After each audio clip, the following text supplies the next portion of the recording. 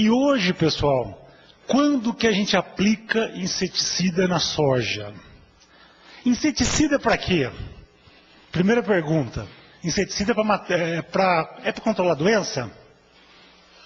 Inseticida é para matar inseto, não é? E por que eu aplico inseticida na soja hoje quando eu tenho mato e quando eu tenho doença? Mais de 90% das aplicações, se tem inseto ou não, o produtor não avalia. No último levantamento da Emater, que foi há uns 2 anos atrás, no Paraná, 30% dos produtores tinham o pano de batida na propriedade. Se usavam era outra conversa. 70% dos produtores não tinham pano de batida, eles não faziam amostragem. Eles aplicavam inseticida e nem sabiam se tinha inseto ou não. O drive para a aplicação hoje na soja, ela é feita para herbicida. E eu misturo o inseticida, aproveito a minha operação agrícola, porque eu quero aproveitar o trator que vai entrar na área, aproveito para aplicar inseticida. Mesma coisa, aplicação de percevejo no reprodutivo não se faz quando tem percevejo, se faz quando vai fazer controle para ferrugem. Né? Se tem percevejo, ótimo, estou aplicando na hora certa. Se não tem, quem sabe aquele inseticida não serve para prevenir, então. Essa é a mentalidade que, infelizmente, se tem tido na soja.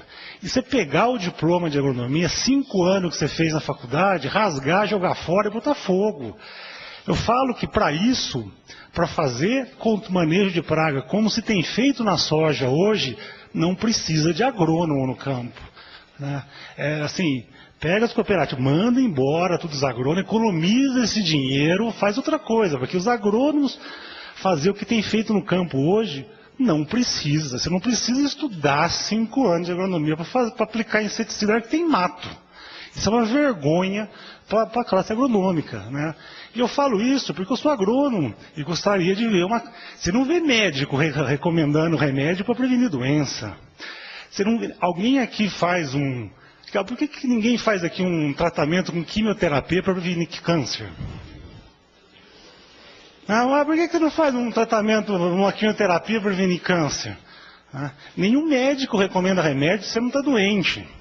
E agrônomo recomenda inseticida e à torta e direita.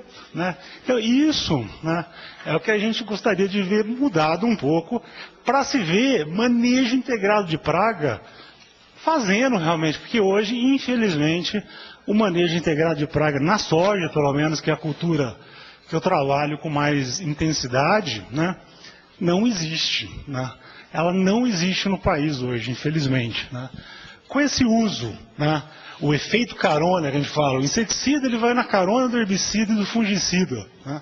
Com isso, eu acabo não tendo eficiência, porque inseticida não é curativo. Inseticida, com exceção de tratamento de semente, ele não é preventivo, ele é curativo.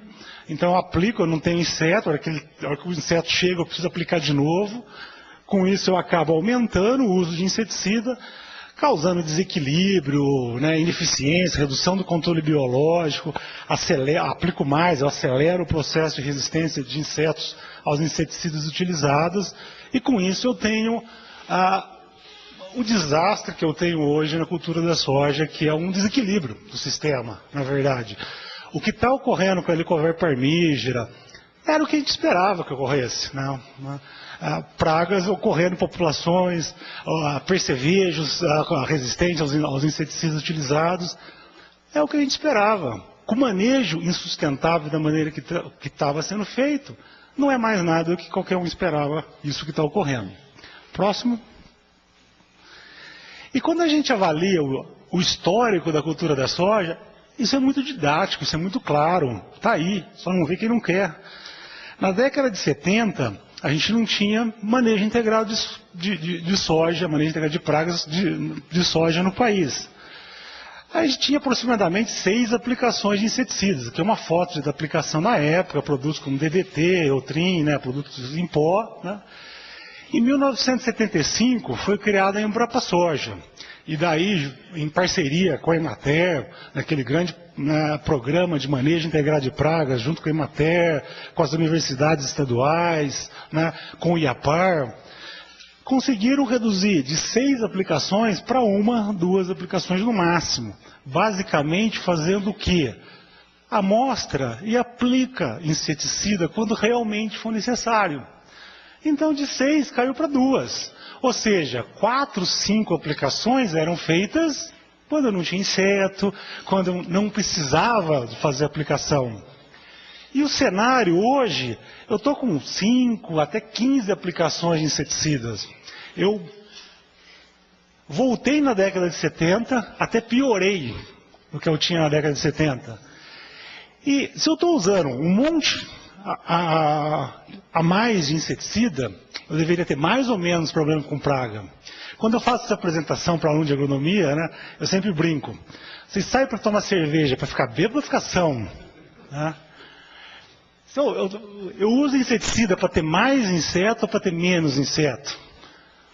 Ó, eu estou usando um monte mais inseticida, a lagarta da soja continua lá, percevejo continua, daí eu começo a ter coró, ácaro, percevejo castanho, falsa medideira, espodóptera, heliotes, mosca branca. Eu estou aumentando o número de inseticidas, só tem aumentado o número de pragas. Então alguma coisa está errado nisso. Né? E o que é? É usar inseticida de maneira correta. O que a gente aprende nos 5 anos que a gente fica na agronomia estudando. Que depois a gente sai da faculdade, parece que passou uma borracha e esqueceu. Né? Próximo. A gente pode ter pragas, né, as pragas novas, que ao entrar num local, né, elas serem introduzidas em outra região e daí não ter inimigos naturais, né, porque elas são novas ali, ter condições favoráveis. No caso da Helicoverpa parmígera, né, até antes da safra passada, pelo menos o que se conhecia, que a distribuição dela estava concentrada aqui, enquanto a Helicoverpa zea heliotis virensis estava aqui, incluindo o Brasil, as Américas. Né. Próximo. Na safra passada, então, se detectou a Helicoverpa parmígera, então, que foi introduzida nessa região. Né? Difícil, né, precisar quando exatamente, né? Se fosse para chutar alguma coisa, é possível que não tenha sido a safra passada, até pela distribuição homogênea dela no país já. Né? O que é realmente esperado é quando uma praga é introduzida, que ela esteja localizada numa região de introdução ali. Né? Ela já está espalhada no país, então é possível que ela tenha sido introduzida há mais tempo? É possível, né? Agora, precisar quando, como isso ocorreu, realmente é muito difícil. Através da biologia molecular, existe ferramentas que possibilitam detectar a região de origem dela, que pouco vai mudar no diagnóstico da situação e no que a gente tem que fazer para trabalhar com ela, para lidar com ela, para manejar ela. Próximo. E por que essas pragas elas são importantes? Porque elas são polífagas, né? Atacam desde culturas, aqui são culturas cultivadas, girassol, algodão, até plantas daninhas, né? Então, com isso, ela tem disponibilidade de alimento durante o ano inteiro, né? E daí, com clima quente, ela vai estar se multiplicando e se desenvolvendo todo ano, né? Próximo. E a importância econômica dela é porque, além da parte vegetativa, ela ataca também a parte reprodutiva. Né? Aqui a foto de um heliotínide na flor, né? ou atacando a vagem aqui. Né? E com isso, atacando diretamente a parte que a gente comercializa, é com certeza uma praga que assume uma importância econômica bastante grande. Próximo. E por que ela ocorreu especificamente lá na Bahia, com mais intensidade? Né?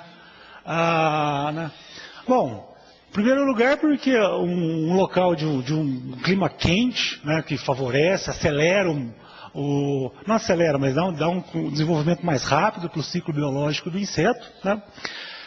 Esse ano, especificamente na Bahia, teve veranicos, não foi seco todo ano, mas teve períodos de veranico, que isso também, o clima quente e seco, favorece o desenvolvimento de insetos de maneira geral, no caso da Helicoverpa.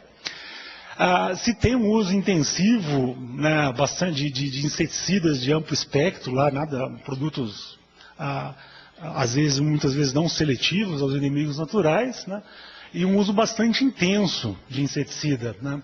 E uma ponte verde bem caracterizada. O que é isso? Né? Uma paisagem agrícola bastante já modificada, né? Oferecendo hospedeiros para essa praga durante todo o ano, né? Isso fez com que ela ocorresse com bastante intensidade na Bahia, principalmente na cultura do algodão. Lá. Próximo.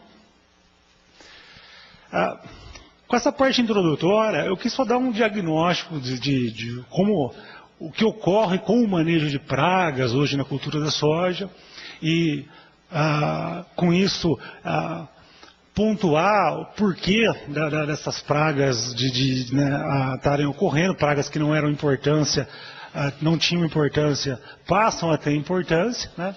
E para dar um histórico da situação e entender um pouco aonde a gente se encontra hoje, né?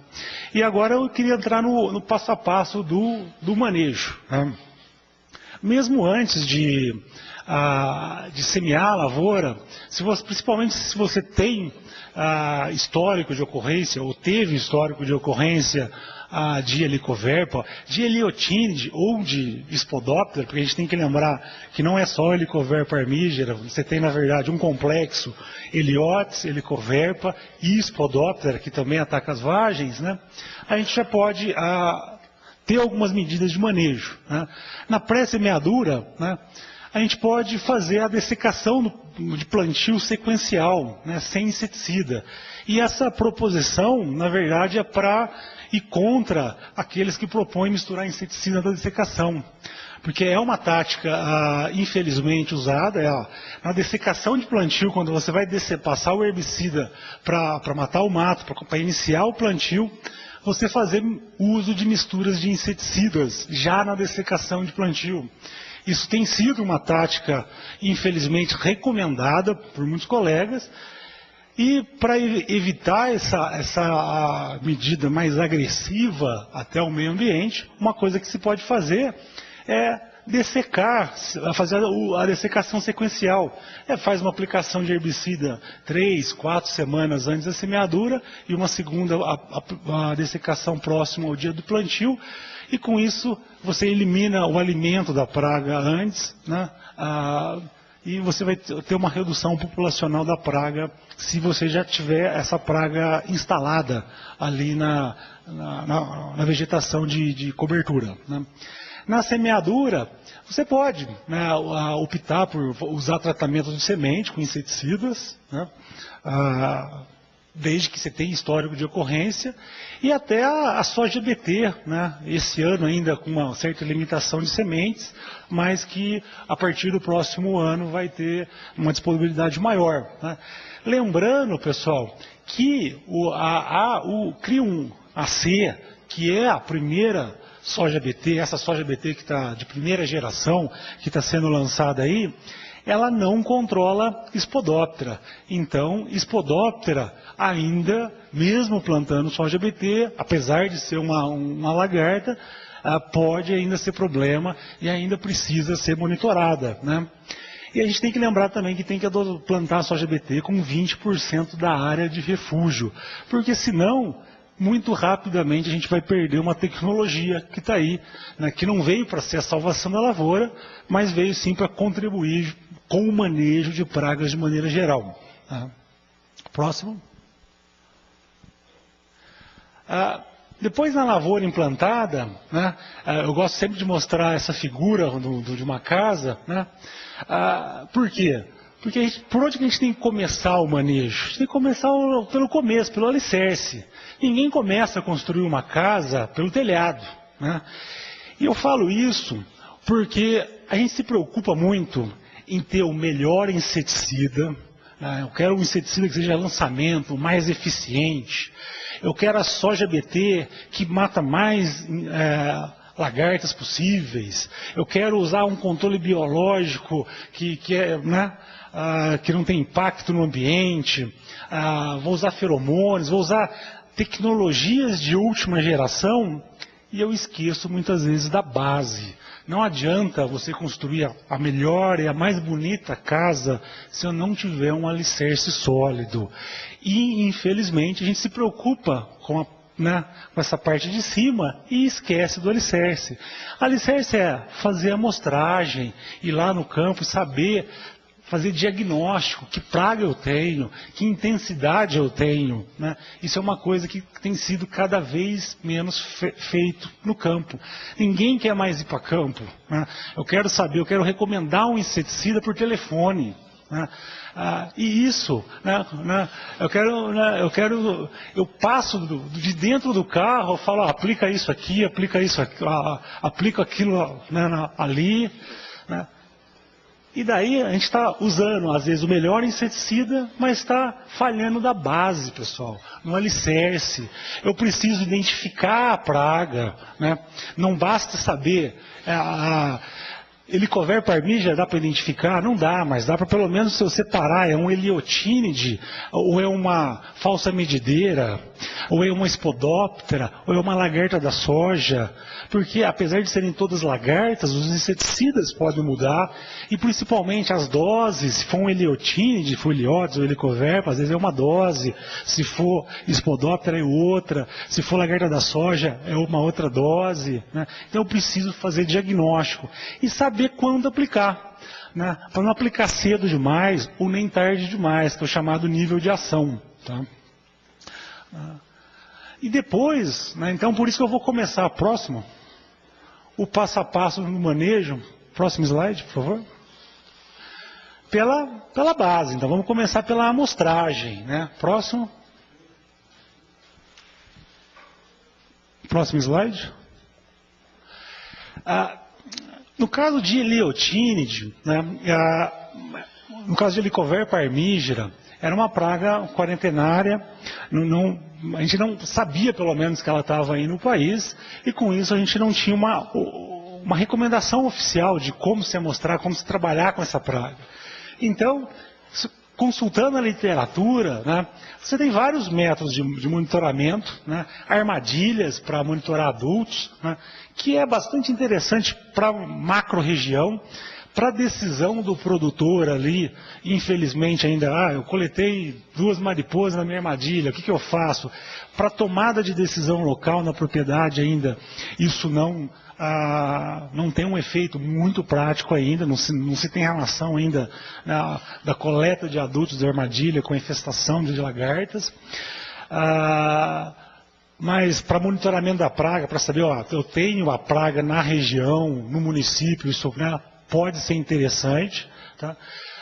O pano de batida, né, daí para contar lagartas, né, isso do ponto de vista prático operacional, o que eu faço, o que eu não faço dentro daquele talhão, dentro daquela lavoura, é o mais importante.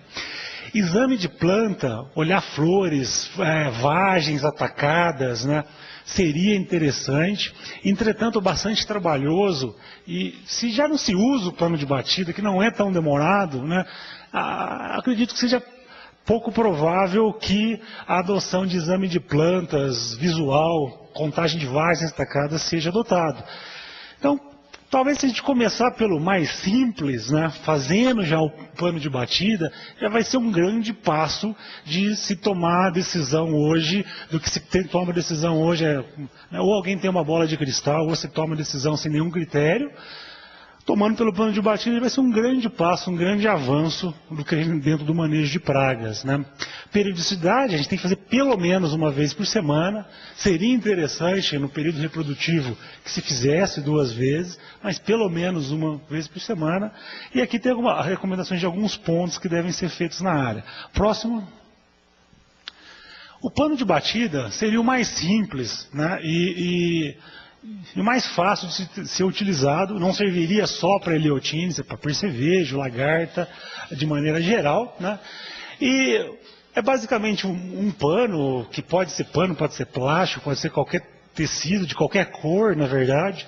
A gente recomenda o branco, que normalmente é o que dá mais contraste, e com isso você consegue visualizar os insetos mais fáceis. Ele tem 1,5 metro de largura, 1 metro de comprimento. A largura não importa tanto, o importante é que seja 1 metro de comprimento aqui, então você está mostrando 1 metro de linha de soja. Você posiciona ele cobrindo o solo e tem que ser grande o suficiente para que você consiga cobrir uma das linhas, a ponto que você possa soltar essa mão, né, a mão que está, e chacoalhar a linha que não fica coberta, tá, agitar aqui, para que, ao você erguer, como está aqui no quarto passo, você consiga contar os insetos aqui, contando primeiro os percevejos e depois as lagartas, né? A recomendação é que, se for talhões de 1 a 10 hectares, que se faça essa amostragem pelo menos em 6 pontos, distribuídos ao acaso e o mais equidistante da área possível, né? Se for de talhões de 11 a 30, 8 pontos, 31 a 100, 10 pontos. Em situações como na Bahia, o centro-oeste de maneira geral, onde se tem áreas muito grandes, a gente recomenda que os talhões nunca ultrapassem, pelo menos não ultrapassem 400 hectares, que daí seria muito desomogêneo, né? E daí você mantém sempre pelo menos um ponto para cada 10 hectares, que é uma coisa extremamente, isso é um mínimo, né? E é uma coisa extremamente rápida e nada complicado de se fazer. O que eu vou observar? Contar lagartas pequenas, né?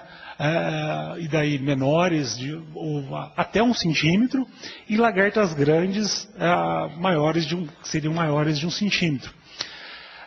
Preferencialmente separando por espécie, né? Ou pelo menos grupos, né? Eu tenho Spodoptera, muitas vezes eu não vou saber diferenciar Spodoptera idânea ou Ecosmioides, mas eu consigo separar Spodoptera no campo.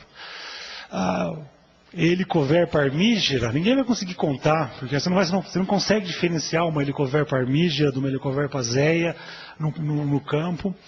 E mesmo no campo Helicoverpa de Heliotes é uma separação extremamente difícil, né? Então, mas pelo menos você contar Heliotínide, né? O grupo Heliotes mais Helicoverpa, o grupo Falsa Medideira, o grupo Lagarta da Soja e o grupo Spodoptera. Pelo menos isso já é uma separação bastante razoável, né? E vou dar nota de desfolha também, né? Que seria cada ponto desse, você olhar ao redor e dar uma nota do percentual de desfolha naquela área visual que você consegue ver, né? É difícil pensar que os heliotines vão atingir, né, uma desfolha significativa para causar perda de produtividade. Geralmente o controle vai ser feito antes, né? Entretanto, a nota de desfolha não é só para Heliotínide, é para lagartas de maneira geral, né? Próximo. Daí, eu fiz a amostragem, eu tenho que amostrar e separar essas pragas, então eu preciso saber a identificação dessas pragas. Próximo. Spodoptera, eu tenho Eridânia, Cosmioides.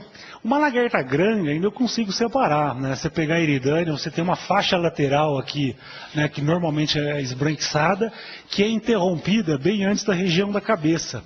Enquanto que a Spodoptera Cosmioides, ela tem essa faixa mais avermelhada, que vai desde a região anal até a região da cabeça. Numa lagarta grande assim é fácil. Você pegar uma lagarta pequena, você não consegue nem ver essa faixa direito do lado. Então realmente é bastante complicado. Aqui seria a lagarta do cartucho, do milho, que pode ocorrer na soja, e uma Spodoptera albula, que a separação dessa com a separação da Spodoptera idânea também é só através de genitália, também é extremamente complicado. Agora, o complexo de Spodoptera dá para ser separado do complexo de Heliotínide, que é Helicoverpa mais Heliotes, que também é bastante parecido entre si, né? Dicas, porque todas elas, pessoal, vai causar esses mesmos danos que vocês podem ver do teu lado esquerdo da tela, né? Vagens com partes comidas, né? Dicas que ajudam a diferenciação no campo. Se você vê a observação dos adultos, né? Heliotes, como tem nessa foto aqui, dá para ver bem sempre essas 3 faixas que cruzam a asa, né? Uma faixa aqui, outra, né? Enquanto que Helicoverpa, você tem essas manchas circulares aqui, né? Se você observa mais adulto no campo de uma espécie, isso não significa necessariamente que aquela lagarta vai ser daquela espécie. Mas é uma grande indicação, né? Ajuda, né? Outra coisa, Helicoverpa, tanto Helicoverpa quanto Heliotes faz postura isolada, ovos isolados, né? Enquanto que Spodoptera faz postura em massa. Então, se eu encontro grandes posturas, massas de ovos, poxa, existe uma grande chance daquelas lagartas serem de Spodoptera, né? Spodoptera eridânea, os ovos, a massa de ovos é até verde, enquanto que as outras 3 são massas de ovos mais amarronzadas. Então são dicas que ajudam a diferenciar no campo. Tá? Próximo slide. Aqui a postura de um Heliotínides, né? Um Helicoverpa, um Heliotes, né? Um ovo isolado, né? Você pode até confundir com um ovo de Anticárcia, mas é um ovo de tamanho um pouco maior que dá para separar também. Próximo. Separar Heliotes de Helicoverpa daria, desde que você pegasse essa lagarta, levasse para uma lupa de laboratório com um aumento bom, né, e observasse, né, os pelos, preferencialmente o do 8º, que é o primeiro anal, é só contar de trás para frente aqui, onde você observando, você observa aqui ó, o pelinho saindo. Da Heliotes é inteirinho, cheio de espinhos, a base desse pelo, enquanto que da Helicoverpa você tem espinhos também, mas é mais concentrado na base, e aqui tem uma parte lisa. No desenho, um aumento bem grande, isso é fácil, isso olhando na lupa, mesmo na lupa, não é tão simples, gera dúvidas, tem diferenças um pouco, então, ou seja, dá para diferenciar, dá, mas na prática é extremamente complicado separar isso, mesmo no campo, mesmo os gêneros apenas, não estou falando nem espécie. Zéia de armígera tem que observar o pênis da mariposa macho, então tem que fazer a genitália do macho, mesmo assim ainda pode gerar confusão, e daí a melhor seria fazer uma confirmação por DNA. Né, então, para ter uma identificação positiva de Helicoverpa armígeras, você pode ver o tempo de espera que você precisa, né, para ter essa identificação. Próximo. Agora, de falsa medideira, daí é bem mais tranquilo, uma lagarta bem diferente, a desfolha dela deixa a folha rendilhada, a pulpa é esverdeada, se encontra na folha. Heliotínides, Spodoptera, as pulpas normalmente vão estar no solo, uma mariposa mais prateada, então dá para separar pelo menos desse grupo de lagartas com certa facilidade. Próximo. Bom, eu amostrei, eu contei corretamente pelo menos os grupos de pragas e quando que eu devo aplicar. Próximo. Próximo slide. O nível de ação, né, o nível de controle, né, na verdade, ele é o quê? Ele é uma margem de segurança em relação ao nível de dano econômico. Atingir o nível de dano econômico, você tem prejuízo. Então, você não pode deixar a população de praga atingir o nível de dano econômico. Você toma, então, a ação de controlar ela no nível de ação, né, para dar tempo do inseticida agir e reduzir a população de pragas antes do que o nível de dano econômico seja atingido. Tá? Próximo. E qual seria esse nível de ação? Quando eu deveria aplicar inseticida para lagartas? Né? No caso, eu vou falar de Heliotínides e de Spodoptera. Né? Não é quando eu vou fazer o herbicida. Né? Na verdade, a recomendação hoje, se pensar em desfolha, a planta de soja, ela tolera 30% de desfolha.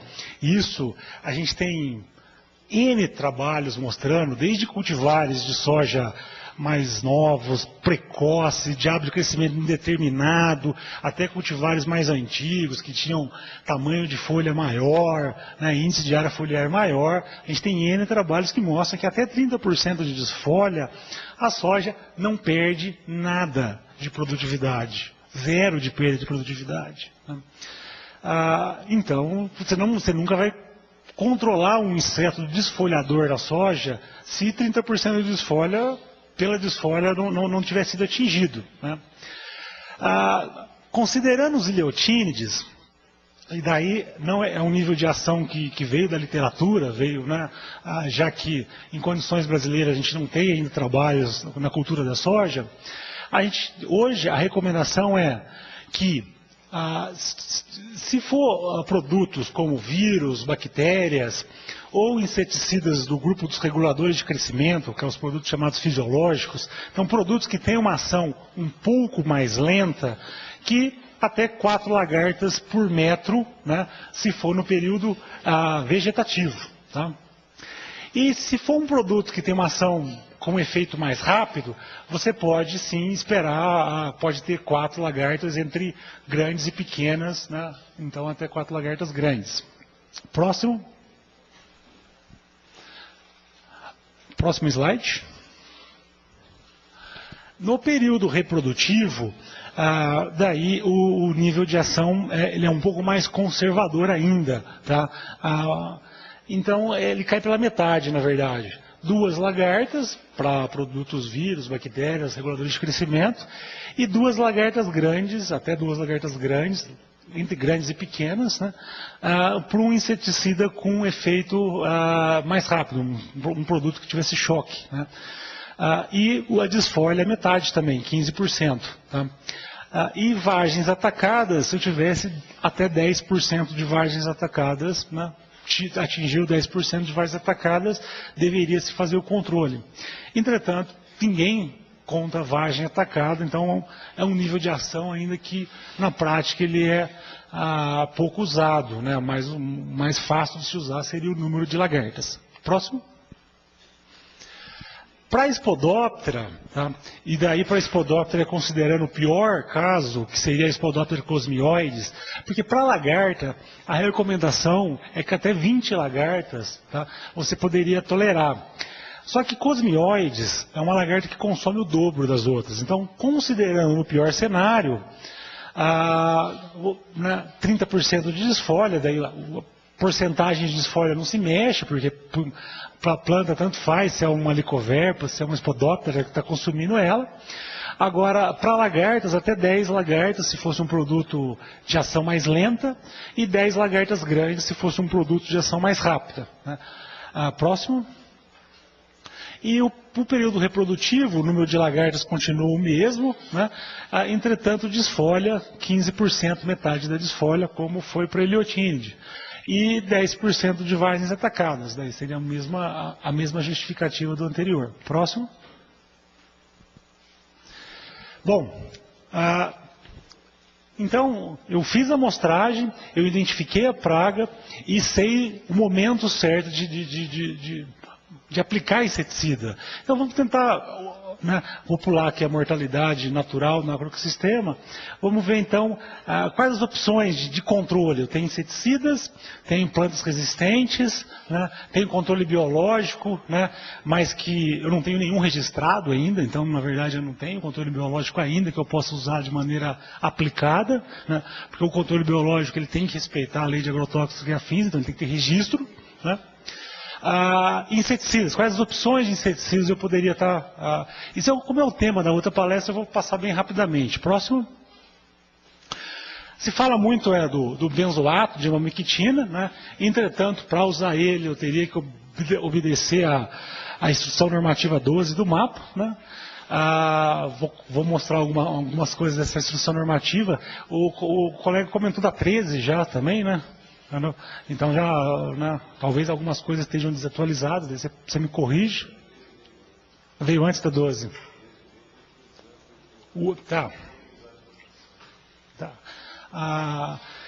Alguns inseticidas que deverão ter extensão de uso, né, o Ministério, o MAPA tem trabalhado intensamente para que o produtor de soja, na próxima safra, tenha sim opções, e não uma única opção, mas tenha mais de uma opções, né?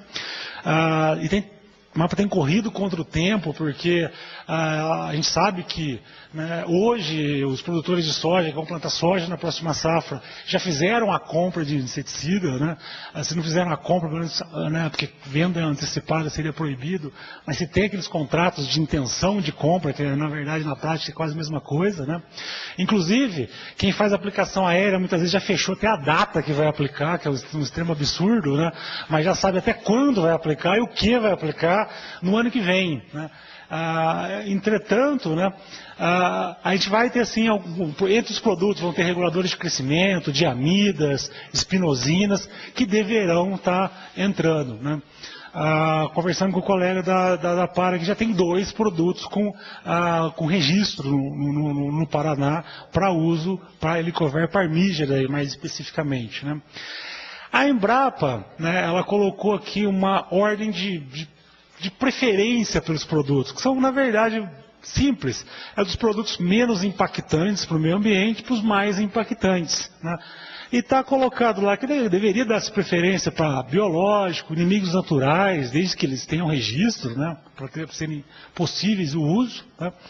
Inseticidas do grupo dos reguladores de crescimento, daí, o das diamidas ou espinosinas, os bloqueadores de NA, os carbamatos e, por último, as ivermectinas. Por quê? Porque é um produto que a gente não tem registro no país, então é um produto que a gente não conhece, inclusive que o registro foi negado pela Anvisa em 2010. Não deveria ser realmente a nossa última opção, aquele bombeiro, aquela carta na manga, só para um caso emergencial mesmo, né?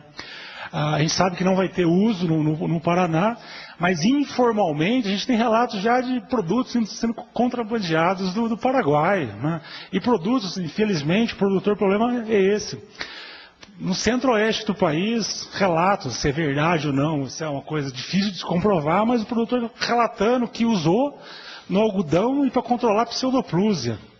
Crisodex, mas por que você usou? Porque se eu tiver a Helicoverpa, já vou aproveitar, né? Eu não vou perder, eu aproveito, já tento prevenir dessa praga aí que estão falando na mídia, né? Então, é um caso extremamente sério, né? Próximo. Agora, para usar o benzoato, o Paraná já colocou que não vai usar, você teria que seguir essa instrução 12 de 18 de abril. E daí, o órgão estadual, ele teria que delimitar a área de ocorrência de Helicoverpa parmígera, delimitar a área que ele ocorreu naquele ano, de uma praga que tem que fazer DNA, né? Então, como que faz isso? Como é que você vai lá, detecta, fala, aqui tem, e delimitar a região de ocorrência de uma praga que tem relato que já, às vezes à noite, pode voar 800 quilômetros, né? Dispersar rapidamente. Então, é extremamente difícil fazer isso. A autorização para importação e aplicação de produtos, né, que tem só poderá ser concedido quando a propriedade estiver localizada dentro dessa área de ocorrência, né, delimitada. Né. Próximo. O responsável técnico, né, pela propriedade, ao constatar o ataque da Helicoverpa, comunicará ao órgão de defesa, que daí vai autorizar a aplicação, a importação e a aplicação. Então você tem demanda, você tem a praga, se pede para o órgão de defesa que vai lá e faz a importação, e não o contrário, né? Não se traz produto para ver para quem vai usar, né? O benzoato terá sua aplicação controlada, então o órgão de defesa estadual tem que controlar a aplicação do benzoato. Será de responsabilidade do importador a tradução do rótulo para a bula, para a língua portuguesa, né? Próximo.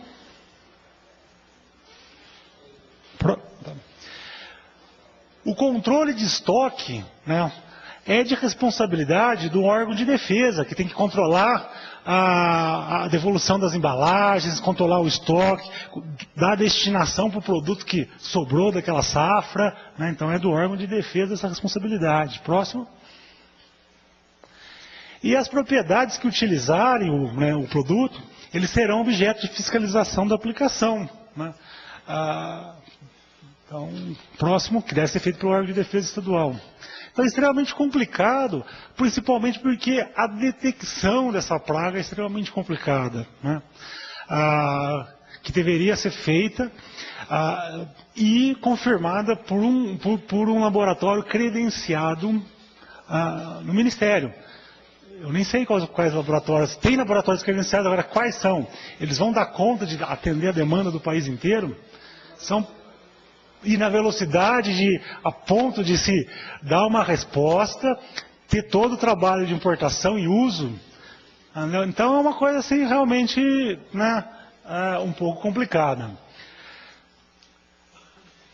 Resistência, né? Então, Heliotes, você já tem caso né? Por isso que é importante usar também inseticidas de maneira correta, porque você preserva essas moléculas por mais tempo. Heliotes, você já tem caso, ó, fosforado, ciclodieno, carbamato, piretroide. Próximo. Para Helicoverpa azéia, mesma coisa. Próximo. E mesmo para Helicoverpa armígera, né? É lógico que não tinha caso de resistência aqui, porque nem sabia que ela estava aqui. Mas já tem casos de resistência comprovada para piretroide, carbamato, ciclodieno, fosforado. Então, realmente, o uso de inseticida tem que ser bastante criterioso, usar na hora certa. Próximo. Para Spodoptera, a gente tem também a dificuldade de uso registrado para soja, daqui para soja, né? Se consultar lá o Agrofit, 9 produtos, mas se você pegar 5 só, porque os outros são só nomes comerciais diferentes, né? E se pegar, por exemplo, eu peguei 2 exemplos aqui de produtos bastante usados para Spodoptera, né? No algodão, né, para controlar iridânia, de 120 a 150, frugiperda de 100 a 150. Se você pegar na soja, esse produto tem registro para frugiperda, que é uma praga que pouco ocorre na soja, né? Ocorre mais a iridânia e cosmioides. Só que a dose é 50 a 70 ml, né? Enquanto que no milho, a mesma praga, a dose é 100 a 150, né? No algodão, mesma coisa no milho. Tracer, um outro produto, não tem registro para Spodoptera, né?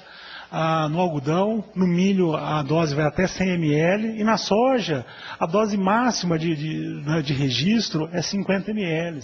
Então, você tem muito poucos produtos para Spodoptera. Falar para Helicoverpa armígera, agora que está aparecendo os primeiros, né, em caráter emergencial. Próximo. Além de inseticidas, a gente pode ter, né, as variedades resistentes, no caso das plantas BTs. Próximo. A soja BT lançada de primeira geração, ela vai ter resistência, vai controlar Crisodeiques, a lagarta da falsa medideira, a anticárcia, a lagarta da maçã, a broca das axilas. Outras poderão entrar aí, né? Inclusive a própria Helicoverpa tem ação. Agora, se vai ser um controle efetivo ou não, né? Ela não tem a mesma eficiência que tem para a anticárcia, então ela é menos sensível. Com isso, ela pode ser selecionada mais rápido para a resistência, né? O importante é que essa primeira soja não vai controlar a Spodoptera. Eu repito isso, pessoal, para que na soja não se cometa o mesmo equívoco que se cometeu no milho, que é pensar: plantei cultura BT, não preciso mais ir para o campo, não preciso mais monitorar. Eu preciso continuar monitorando pragas, mesmo na cultura BT. Tá? Inclusive porque eu vou ter os sugadores ainda. Mas mesmo para as lagartas, mesmo para os mastigadores, é importante que eu continue, que o agrônomo continue no campo, tá? Para que não se faça erros que a gente já cometeu, né? Próximo. A soja BT vai ser mais uma ferramenta, né? O grande risco dela, o grande perigo dela, que para a óleo, à primeira vista pode ser um grande benefício, é que ela controla a praga ali 24 horas por dia, 7 dias da semana. Com isso selecionando insetos resistentes, né? 24 horas por dia. Tá?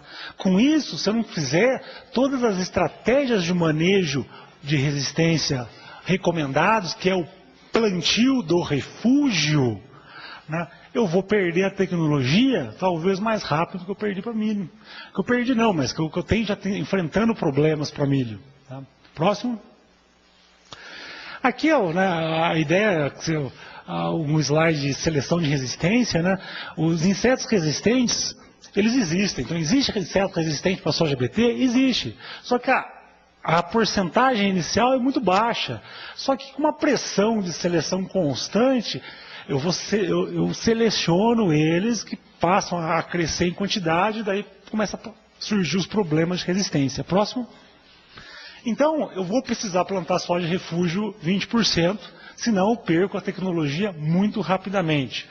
A maneira que você localiza essa soja refúgio na área não importa. O importante é que a distância máxima entre uma soja não BT e uma BT seja no máximo 800 metros. E a capacidade de dispersão da mariposa. Da anticárcia, da licoverpa, na verdade isso veio copiado, foi estudado mais especificamente para Spodoptera frugiperda, mas se utiliza isso para soja também. Tá? Próximo.